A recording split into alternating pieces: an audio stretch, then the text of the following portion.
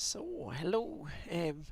We only have one viewer so far, so I'm going to ease into this. So, thank you so much for watching today, and there will be some more coming on, I think, in a little bit. So tonight I'm going to start working on the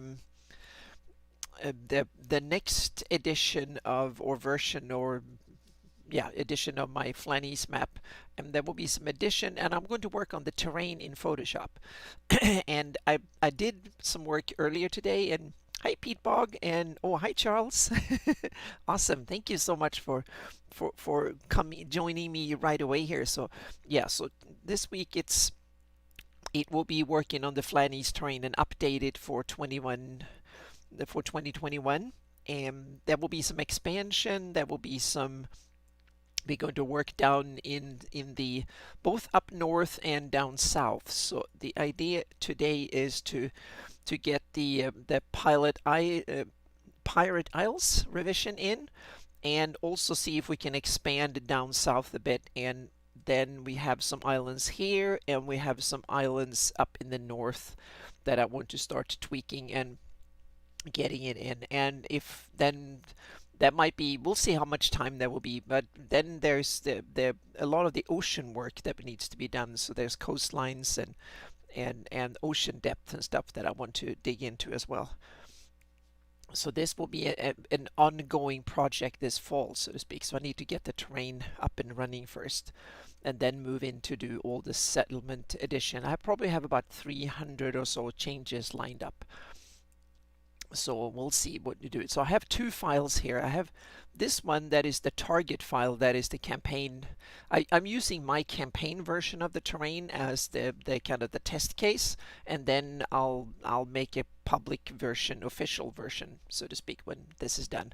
And then I have the one I set up earlier last year when I started doing the what I call the Vohun edition revision, and it doesn't look that bad.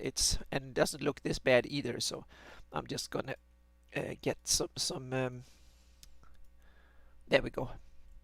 So we have some additions. What I'm doing, I'm taking this data, and then I'm going to take some of these layers with the islands and stuff that are more correct, and move them over to here and get them lined up properly. That's the first step.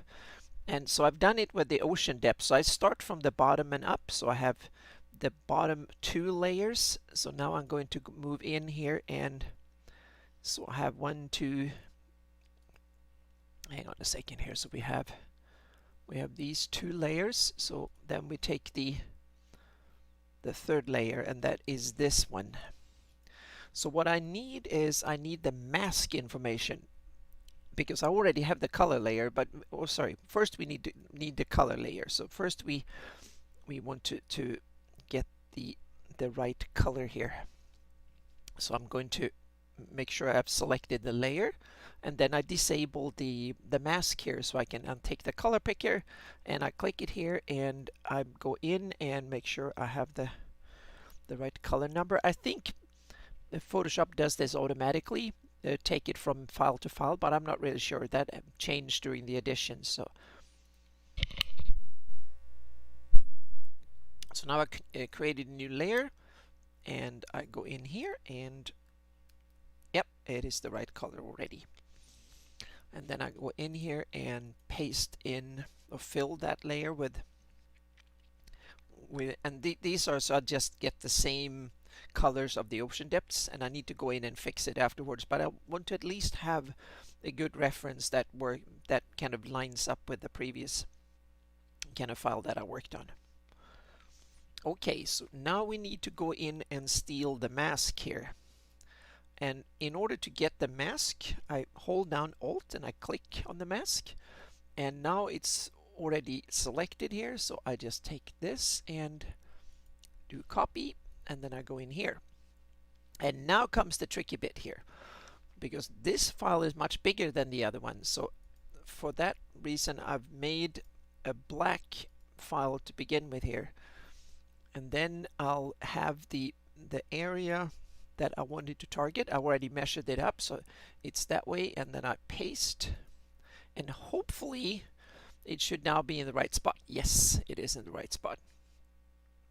So now I can go in and copy both these layers again. So I do copy merged, and this is where the computer can get a little bit iffy because I'm streaming. When I tested this before I streamed, my computer had no problem running it, but now I'm running OBS and I'm running YouTube Studio. Oh, it worked. Good, good. Now I can hide these layers, and I can go in here and I create a layer mask. We go into the layer mask and then I paste in place. And now we have the right color in exactly the right spot, so to speak. So what I did earlier, I took this file. Hang on a second here. I took this file and took all the layers here and put them in here and matched them. So now I have this white area here. That's the reference area that I can use and mask, and that way I can guide them properly. So now we have 3 layers in, so let's do another one. This is kind of tedious, basic, standard work in Photoshop. So we have a lot of 1, 2, 3, 4, a lot of this. And so now I need to go in here and I need to take this color from here, and yeah, it's a different color number. Okay, good. And now I need to go back in here and create a new layer and triple check that, yeah, it is the right color, and then fill it with this color. So I need to do this like, what is it, like 2-3 times more, and work my way up in the ocean depth towards the shoreline, so to speak, and the brighter and brighter colors. So there's a lot of stuff like that when you work on cartography. So it's not all doodling. A lot of it is kind of basic Photoshop and World Machine or whatever it is, but today is Photoshop. So now we need to go into here and copy this mask, and then go here and create the the mask for the Wohun extension, and there we have it. And now I can delete that layer because we don't need it anymore. I select that one and paste it in.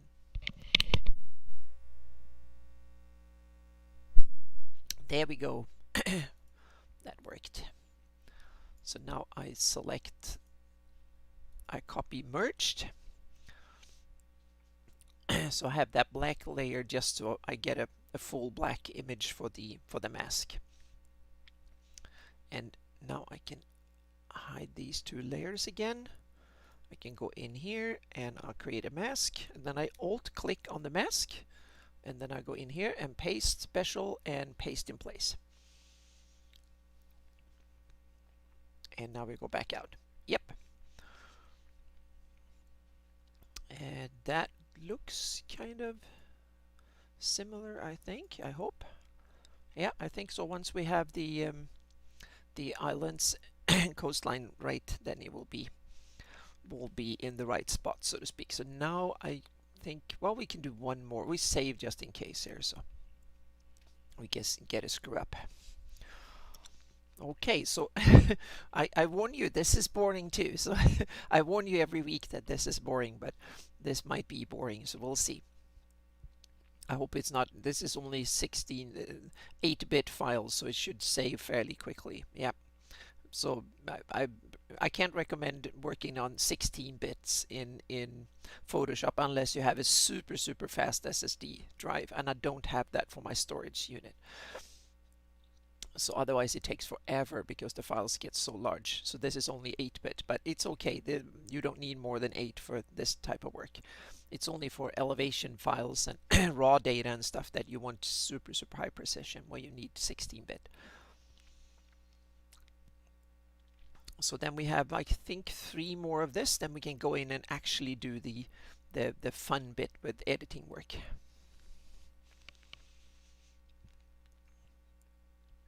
Okay, so, and the Wohun Ocean, or the Pearl Sea, or whatever you call it down here, there's some interesting, and especially area. Mike Bridges did a fantastic map of this, so I'm going to use that as my main reference for this, and then try to tweak it a little bit to bring it in line with my stuff. 1, 2, 3, 4. So we need the fifth here. No, this I don't need to. Because this is only going to be PDF and JPEG images, so no need to convert it to 16-bit. The only thing you need 16-bit for is height maps, really. That's when you need more than 8 million or so steps, so to speak. You need billions or whatever it is, like 32 billion or something, so you don't get the Minecraft terrain, so to speak. So for terrain images, you don't need more than 8-bit. That's perfectly fine. There's as many colors in 8-bit as you can see with the human eye, so to speak. And especially monitors can rarely show more than 8-bit colors. Some of them can show 10-bit, but I don't think there's any monitors that can actually truly show 16-bit colors. So and printing presses, I think they have a hard time with 16-bit colors too. So it's only for technical reasons like height maps and stuff that you really need it. Okay, so that was the one. 1, 2, 3, 4. Now I had to make sure that I'm talking here. So yep, that's 4. So now we go to the fifth one here, and that's the last of these. So I go in here and copy it, and then we go in here. Oh, hang on a second, I need to copy the color first. So I need to copy get the color right first. There we go. And just in case we get the colors right, then we create a new layer. Yeah, it is the right color. And then we fill it.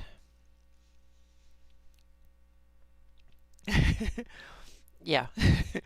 It's good, Pete Bog. Yeah, it's good. But you need to remind me every week that this is not boring, because I have a hard time believing that anybody else would find this interesting to watch these kind of these kind of progress bars and saving percentages and stuff like that. So okay, so now we have that one there. So let's go in here again and copy this one again here. There we go. And now we need to make that one visible, and we kill that one off. And now comes the trick here, because in order to place what I copied in the right spot, you need to select it properly. And now I have selected everything. That means that it would not work. So I have this Wohin extension here, so I just control click, and that's the area it needs to go into. And if I take paste and have that selected, it should have the area match. So yep, that should work. And now we do this. Oh, hang on a second, sorry. Now we need to select the whole thing again and copy merged. There's a lot of copying and stuff here. So I have an SSD disk as a system disk, but since I'm streaming and stuff, it takes a little while. There we go. So now I go in here and I create the mask, and then I alt click the mask and go in here and paste special. And now I don't need to select because it's the same size, so it should fit right in. And it did. And now I just click on that one again, and yep, I think we got it right. So now we go in here, and now it's a bit more tricky to see what layers we need to get in here. So we have, that is Hepmonaland Coast. So I can, what I do, I simply, yeah, there we go. Then we have Hepmonaland Coast. So let's steal that one and copy it in here. And then I put it there. and I select that and hopefully paste it in, and we'll see if it, yep, I think we got it in the right spot. Yep. Okay, and now we'll see here what we have more here. We have some islands and stuff here.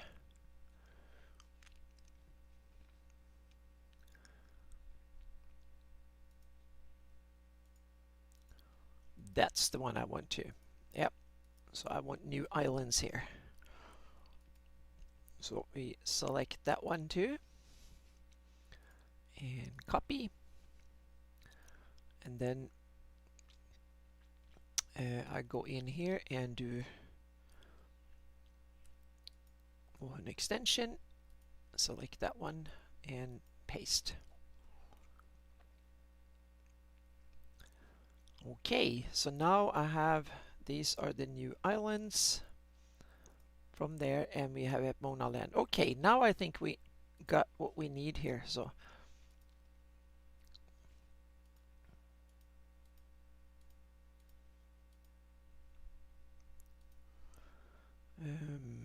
yeah, I think so. Yeah, I think we got what we needed. So now I think we can kill off this one and don't save. So there we go. Okay, now we only have one file open, so this is better. Now I'm going to save again just to make sure we don't screw this one up and lose it. Okay, so now it's time to start looking at some of the the source maps and stuff that we have to find the raw data from. So I have some files laying around here, so let's go in and take a look at them.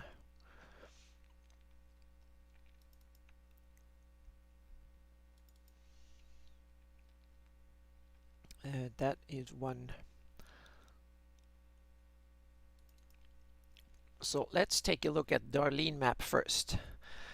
When it comes to the north and the south, we don't have much to to go by because we are outside of the Darlene map area. So it's not anything, that doesn't give us anything.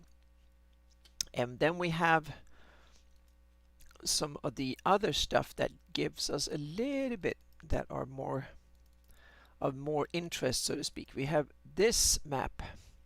That's the map from the glossography book, and this one is the interesting one because here you have some islands up here, and that island there started to appear somewhere else, so to speak. And then we have these little specks in here, and this looks like 2 islands, but we have a latitude line going straight through it. It looks like 3 islands, so it's probably one big island. So that is one of the hang on a second, I think I have a better picture of that one. Here is a better one. So here we have, so these are the islands that we were going to see if we can replicate and put them in the right spot. So we have these islands here, and then we have these islands here, and that's that island there. It's kind of big, so we need to change it and tweak it and see what we do with this island up here too, so we can make it right, so to speak. And then I have some of the the islands up here that are even north of this. They are actually inspired by Gary Julian's map here, where he put these islands up here, and then he put these islands here too. So that's where I took that inspiration from. I'm not sure where he got it from, but I thought it was kind of cool, so I wanted to go with that. And then we have the other problem here, and that is that this map doesn't have a projection. So for that reason, I've worked a little bit. I've taken in from my global projection, so to speak. I've kind of tweaked a little bit here and there. So this is kind of difficult because you have to kind of move it around, and in order to line it up for the polar region, I put it like this. So what happens when I move in and start using GIS, this will be georeferenced, and I will kind of massage it into place, and it will be finally established where each of these areas is. We just have to live with the map being a little bit kind of weird because it is not, doesn't have a projection. It's just a flat map that has kind of been eked out over 2 decades, so it has some issues with it. So that's why we have to kind of add. But the good thing is that there is no real world behind it, so we just have to make sure that it fits the stories as well as possible. And what I can do is that I can hold down shift here, and we can kind of do like this, and then do like that, so we have a little bit more. We can, yeah, it's kind of, I need to tweak it, but that's, I've already done this like 4 times, so it's been, so I will tweak each area independently for now, so to speak. So we'll see here if I do it like that. So it's kind of, yeah. So we do each of them independently, and then I have to tweak it again when we put it into GIS. But we try and do a good, make each region as well as possible. So let's start with the islands up here, so we can get them kind of right. So I'm going to get them squeezed in like this. So let's start from the north and get them kind of staked out in the right spot here.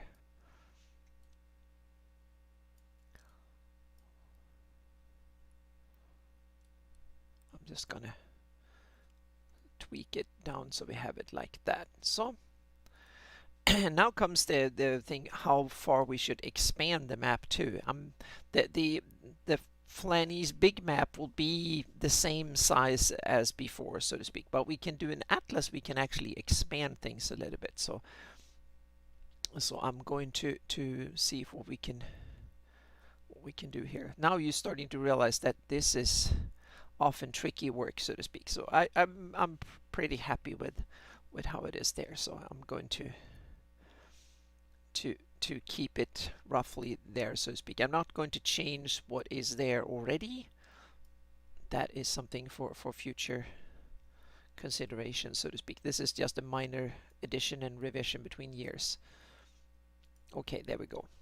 But we have one thing that we should kind of look into, and that is that island north of the Thelonian Peninsula that I'm not really sure why I made it simple, but we have it here, and it is looking a little bit interesting with these kind of thank you. Yep. So yeah, so we have this island here. I don't even, anyone knows, have the name for this island? That will be kind of cool. There have been some suggestions, but we haven't really, I haven't settled for any name, so to speak, that we'll see. So now we'll see what we have. We have new islands. There we go. So now we need to go in and tweak it a bit here. So I don't feel like I want to change that island, but that's the, so I'm not going to change it for now, so to speak. So, or maybe we should. Hang on a second here. Now okay, this is going to be, we're changing other things. So let's do that in this edition too. So let me go in here and we can reference it. So we go Greyhawk and we find the lots of stuff here. So we have the source maps and we have that one. There we go. And then we change the transparency a little bit, so we get it down to something like that. And now we need to tweak it a lot to get it right.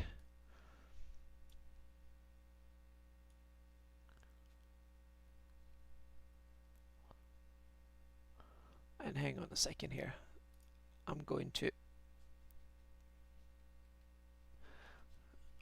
instead of having the whole thing, I'm going to open it and just take the interesting a little bit. Instead of having the whole thing, I'm just gonna copy this little bit here.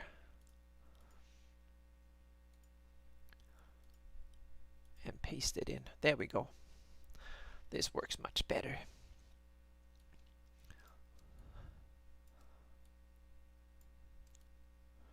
Now we can get it in here. And I'm going to do lighten, I think. No, that didn't work. So let's do normal and lower the opacity to like 60%, so we can see what we're doing here a little bit. Now we can tweak this. Ragnar's Rock. Yeah, that's Viking-esque and cool. So Ragnar's Rock. Yeah. I kind of like that name. Do we have a Ragnar in the Greyhawk world? I don't think we've heard any. So we can be Viking-esque. And this is kind of interesting because when we do this, that island needs to be way up there rather than down there. So this is the time when we fix things, so to speak. So that is one part of the puzzle. And then we have the other interesting bit here that it's kind of, and that we should pay a little bit of attention to is Gary's map here. And Gary, he did this kind of, and then he put 3 big islands there. So this is kind of interesting here that we have. I'm going to take that one on the side, because if we take that one, I put that on the side a little bit here, and then if I add this, meaning this is the northern coast and they are in here, so I'm prone to say that what we should do is that we should definitely replace that right island with this one, and then maybe skip that one and just keep these. Yeah, Pleffets. Yep, that's hello Gaetano and Carlos and Samuel, welcome. So yeah, there's a Smedgar guy. Yeah, he's always horsing around. Yeah, you don't know with Gary what he's up to. So we have, and this is a good example of these kind of dilemmas. Whatever you do, you can't satisfy everybody.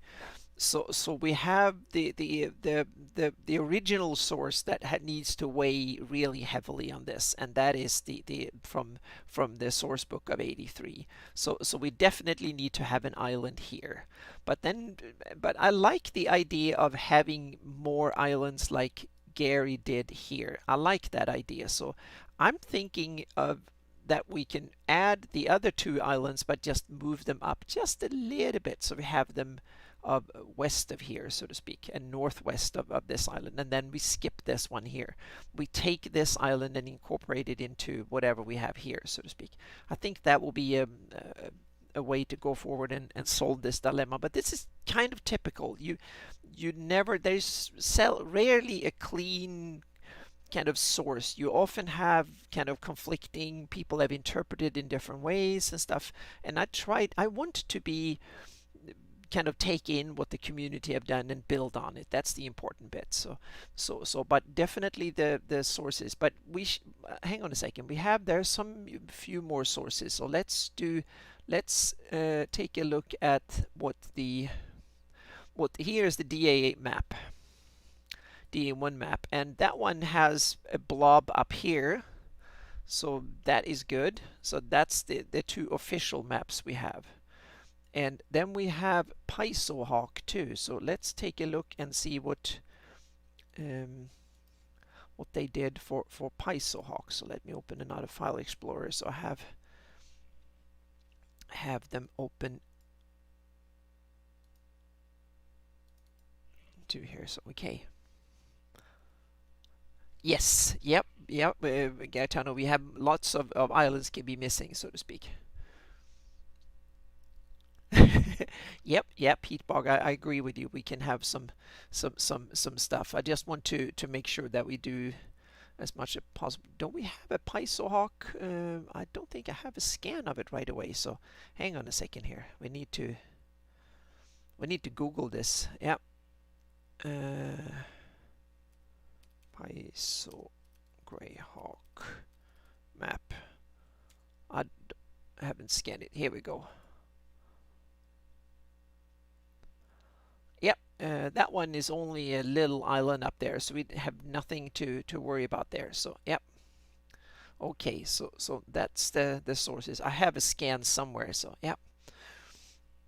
Okay, so now I guess so let's take this island, move it up here, integrate it into this, and then add these two islands. Maybe making them a little bit smaller, and put them up here. So I think that will be the goal. So I put that one in here, and we lock that one down. And now we go in here, and we have new islands, and I need to remove that one too. And then we have new islands here.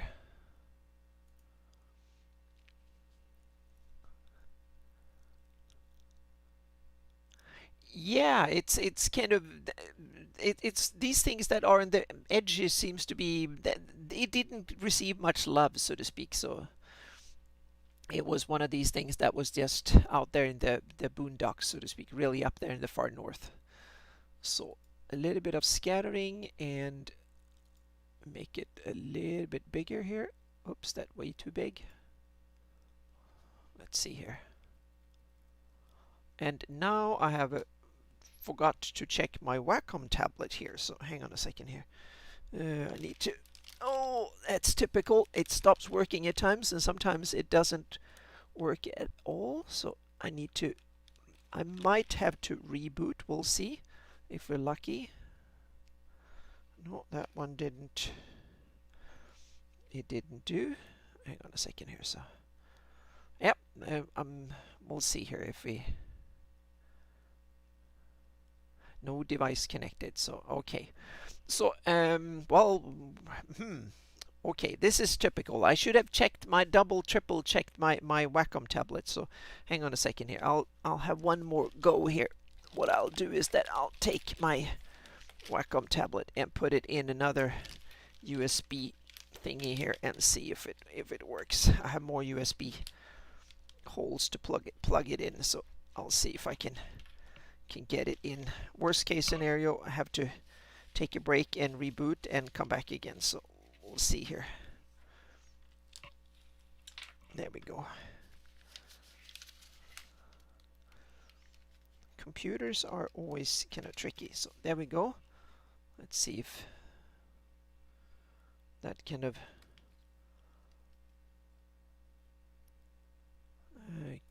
helped things, but not really. Let's see here if it's. I have had this problem from time to time, so this is nothing new. But no device is connected, and it's just being iffy. So I'll make one more try and just put it back again and see if I get it back. If not, then I'll reboot and be back in like 2-3 minutes. There we go.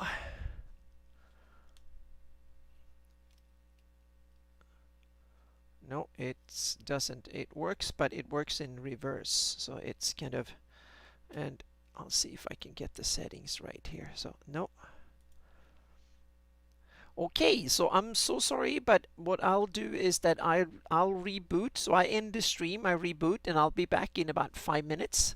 So I'm so sorry for the interruption, so to speak, but I think that's better because I can't work on this for like an hour and a half using a mouse and not have a Wacom tablet. So it happens from time to time, so I should do that. So yep, so I'll end this. So so I'll put up the be right back here, and then I'll be back in a few minutes.